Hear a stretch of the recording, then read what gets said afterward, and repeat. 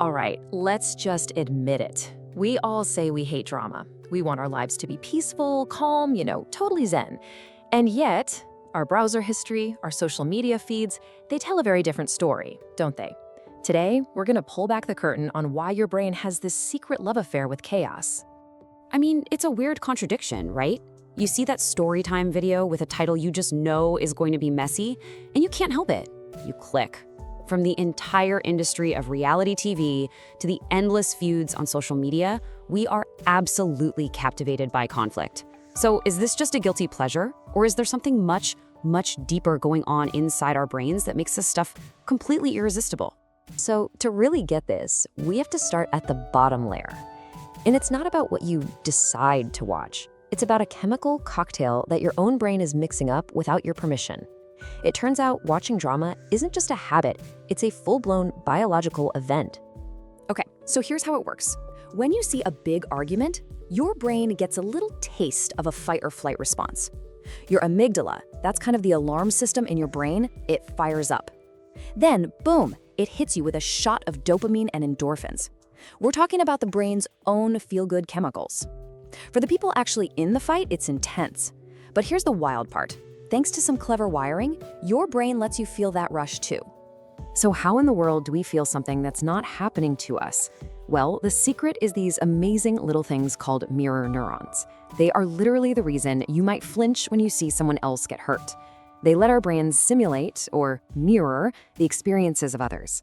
So when we're watching drama, our mirror neurons give us a safe little second-hand hit of all that high-energy emotion. And this right here, this is the secret sauce. This is why it's so addictive. They get the real-world consequences, the hurt feelings, the damaged reputations, and what do we get? All of the exciting brain chemicals with none of the risk. We're perfectly safe on the sidelines, just enjoying that sweet, sweet dopamine high. It's the ultimate thrill without any of the fallout. But that chemical rush, that's really only part one of the story. Because this biological hook is what pulls us into something else, a fascinating social game that we all love to play from a distance. This is where it stops being just about chemistry and starts being about psychology. And there's this brilliant model from the 1960s that explains this game perfectly. It's called the Karpman Drama Triangle. Now, it sounds a little academic, but trust me, once you see it, you will start seeing it everywhere. It maps out the 3 roles people almost always fall into in any dramatic situation. So you have your victim, your rescuer, and your persecutor. And when we watch drama unfold, we can't help but cast ourselves in one of these roles. We jump into the comments to act as the rescuer, defending the person we see as the victim, or we take on the role of a righteous persecutor, judging the person we've decided is the villain. It's a game, and even from thousands of miles away, we are very active players. So why do we do this? What's the real payoff? Well, it's pretty simple, actually. It makes us feel good about ourselves. By judging the mess in someone else's life, we get to feel morally superior. It reinforces our own sense of right and wrong, and it lets us think, phew, well, at least my life isn't that chaotic. Now, for most of us, this is all just a kind of spectator sport, but we need to talk about when it goes deeper than that. For some people, the pull toward drama isn't just entertainment. It's a learned behavior that's much more complex and, frankly, much more serious. This is where we run into a concept called the trauma loop. This idea helps explain why some folks don't just watch drama but seem to need it, seek it out, or even create it in their own lives. And the reason is heartbreaking. For a brain that was shaped by trauma, chaos can actually feel normal. It can feel like home. And this isn't just a theory. Psychologists have actually developed a tool to measure this, called the Need for Drama Scale. And they found that people who score high on it tend to share a few key personality traits: a tendency toward manipulation, speaking impulsively without thinking, and a consistent pattern of seeing themselves as the victim in any situation. Think about it this way. For a nervous system that's used to things being pretty stable, peace and quiet feel good. Calm feels safe. It's our baseline. It's where we can finally relax and recharge. But what if you grew up where things were never stable? If your brain was wired for constant crisis, then a peaceful environment doesn't feel relaxing. It feels unsettling.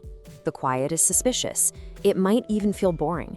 And so that person's brain might unconsciously start to poke and prod to create conflict just to get back to that state of high alert that feels so familiar. So, we've got our biology, our psychology, and our personal histories all pushing us towards drama. Now, let's zoom all the way out and look at the final piece of the puzzle, the modern world we live in. Because we have built a system that is perfectly engineered to take all of these tendencies and cash in on them. And let's be clear, this system has real victims. According to Pew Research, a staggering 39%, that's almost 4 out of 10 teens, say they feel overwhelmed by all the drama they see online. Overwhelmed. And yet, the engine just keeps on running. Why? Because it all operates on the principles of the attention economy. In this world, your attention is the most valuable resource there is. And social media platforms know that absolutely nothing grabs and holds human attention like conflict. Drama drives engagement. The likes, the comments, the shares, the furious arguments. And engagement is the currency that makes their whole business model work. They aren't just allowing drama, they're actively rewarding it. Okay, wow, we have covered a ton of ground here, from our own brain chemistry all the way to global economics. So let's try to tie this all together into one simple final takeaway.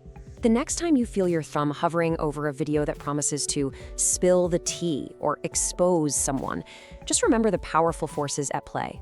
It's not just one thing. It's a potent cocktail of 4 ingredients: the biological craving for a chemical hit, the psychological satisfaction of playing the judge, sometimes that deeper pull toward the comfort of chaos, and a technological system that is designed from the ground up to serve you that cocktail 24/7. And all of this leaves us with one last really big question to chew on. Has this new digital world we've built actually rewired our brains and made us more addicted to drama? Or did it just hand us a megaphone and build a global stage for a deep-seated human impulse that was there all along? It's definitely something to think about.